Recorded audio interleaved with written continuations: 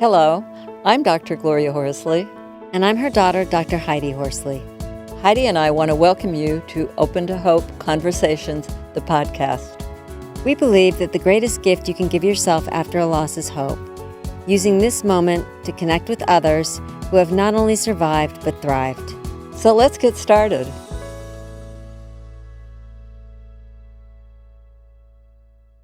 Welcome to the Open to Hope show. I'm your host, Dr. Gloria Horsley, with my daughter and co-host, Dr. Heidi Horsley.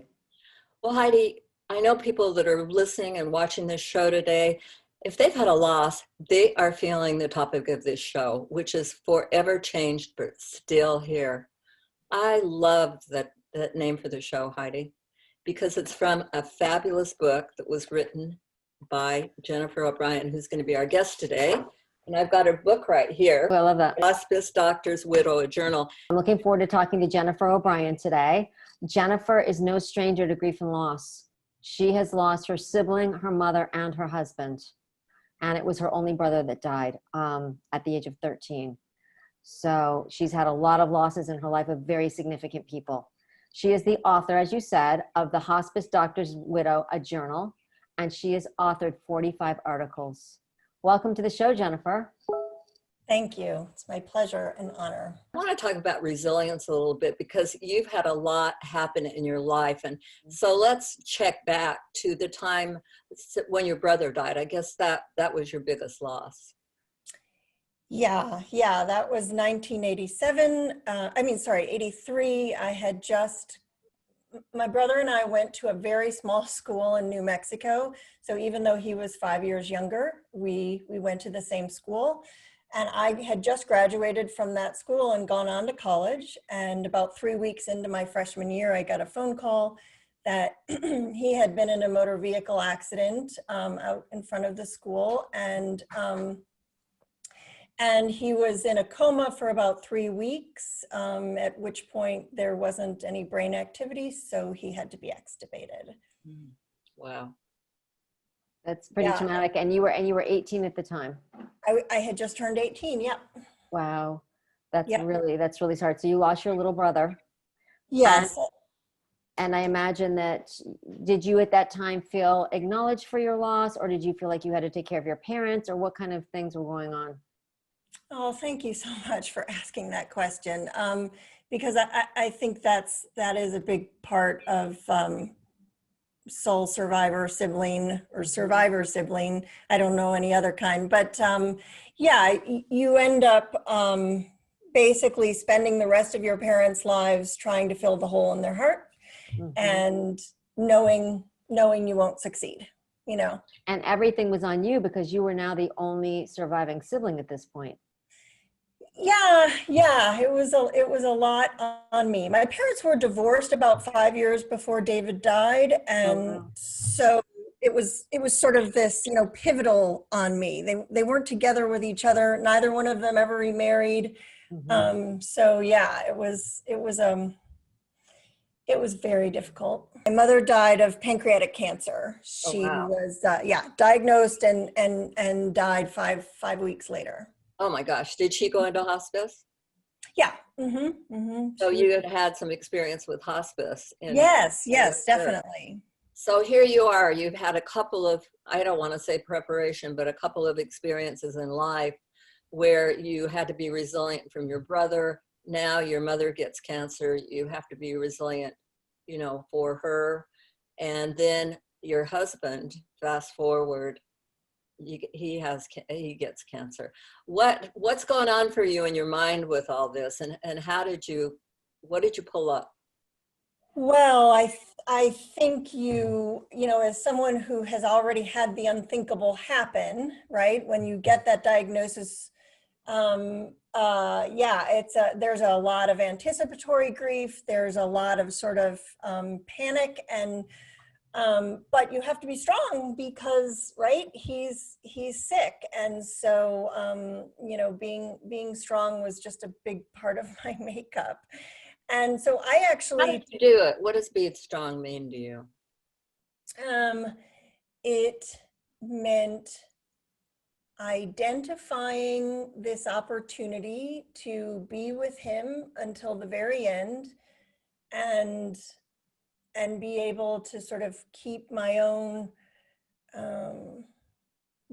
full range of emotions that goes with that, kind of keep it in check so that we could have this really great time together. That really good time. Bob used to tell his patients it's called precious time.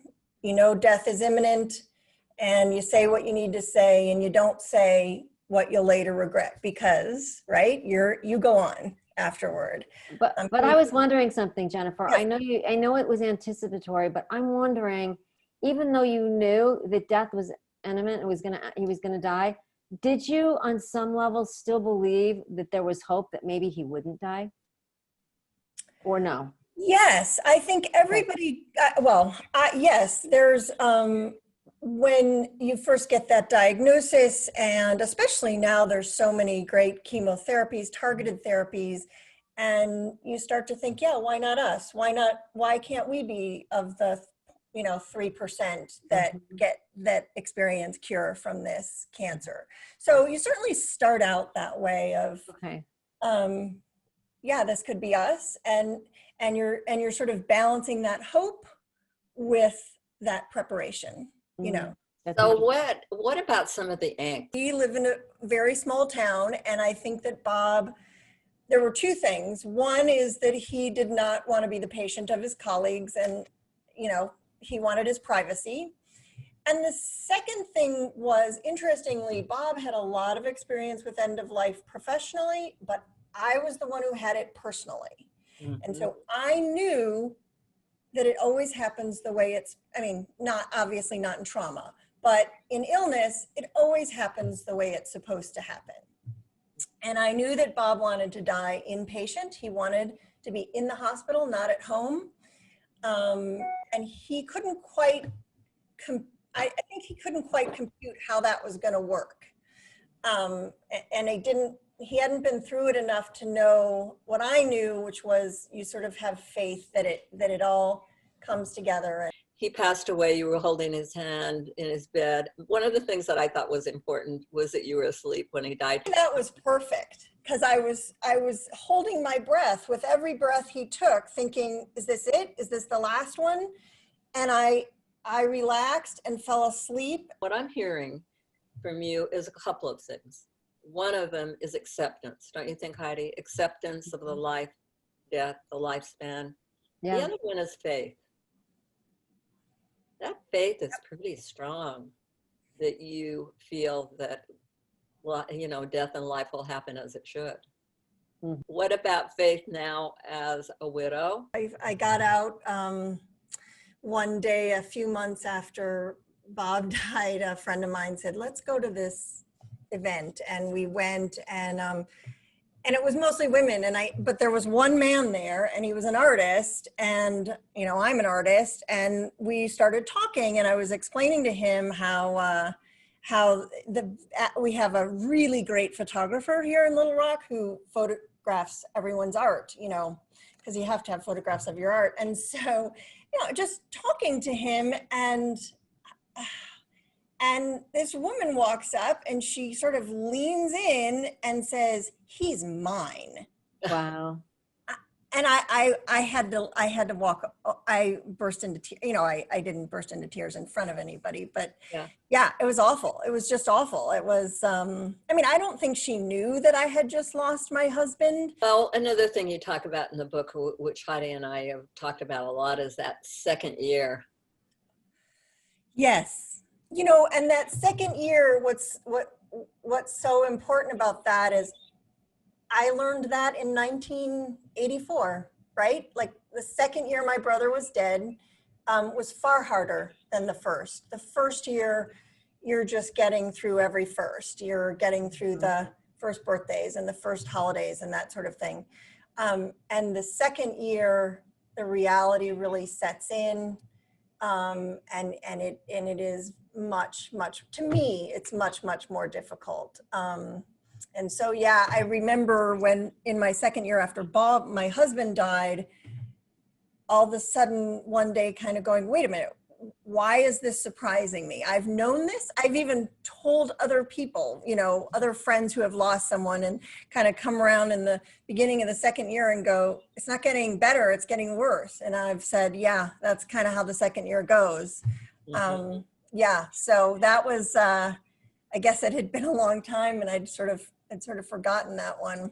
Forever changed, but still here, and recognize Right. again that we're still here. And who are we now? Well, that's Right. it. The identity piece is big. Because I Huge. think before you were a married woman, and now it's like you're a widow, but you're a young widow, you know? I mean, so it's like, who am I without my husband? I mean, I'm single. Am I single? Am I, you know, where do I fit into this world? Yeah, I've done a lot of work on the role thing because, you know, I was a sister, I'm not a sister. You know, I was a daughter, I'm not a daughter, at least a motherless daughter. A brotherless sister, a motherless daughter, and A a, husbandless wife. yeah, Yeah. yeah. I mean, just identifying that. Yeah, Yeah. that's big. I think for everyone listening or watching this, just identifying who you are now, you know, and you're still that, you're still a sister, you're still a wife, you're still a child, you know, you're still the child of your parent, but this is what it looks like now. And Right. how do I Right. move forward with that? Right. Absolutely. And the other role that I think is lost when you lose someone to, you know, disease or condition is caregiver. So you're spending, you know, a huge amount of your time, your energy, and your being taking care of this person. It's almost become your identity, and then he or she dies, and now, yes, you're not, you know, husbandless wife, and I'm a caregiver with no one to care for. And that's and so one of the big things I've worked on this topic is you know, what role can I have sort of forever, and that is friend. I know that I can be a good friend, and in some ways that was how the book came to be, because the book was my private journal. I never By the intended. way, all the pictures on the wall behind you are from your book, right? Yes, yes, they I are love that. on Wow. both sides. Yeah. Hospice Doctor's Widow, a journal.